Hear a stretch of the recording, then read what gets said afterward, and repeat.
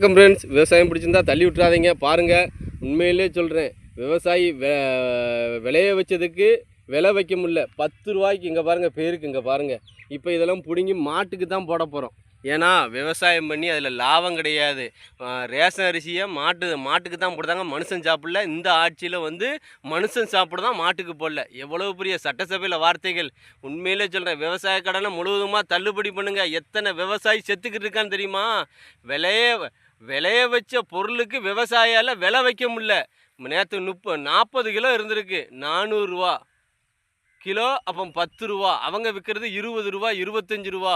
விவசாயி மார்க்கெட்டில் கொண்டு போட்டு போனால் 40 கிலோவுக்கு 400 ரூபா, வண்டி வாடகை 70 ரூபா, கூலி 15 ரூபா, பிறக்கினவங்களுக்கு 100 ரூபா. யோசிச்சு பாருங்கள், விவசாயிக்கு என்ன கிடச்சிருக்கு?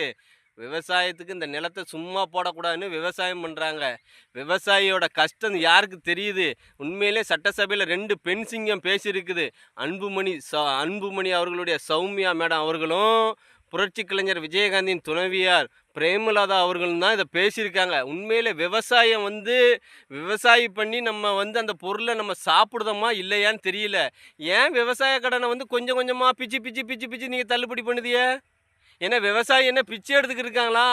விவசாயம் பண்ணுறவன், உண்மையிலே சொல்கிறேன், அவனுக்கு விவசாயத்துக்கு விலை இல்லை அப்படின்னா ஒன்று மருந்தை குடித்து செத்துருவான், இல்லைன்னா கிடைக்கிறத வச்சுட்டு இங்கே பாரு, ஆடு மாடுக்கு இப்படி தான் அள்ளி போட்டுக்கிட்டு அவங்க அலைவாங்க.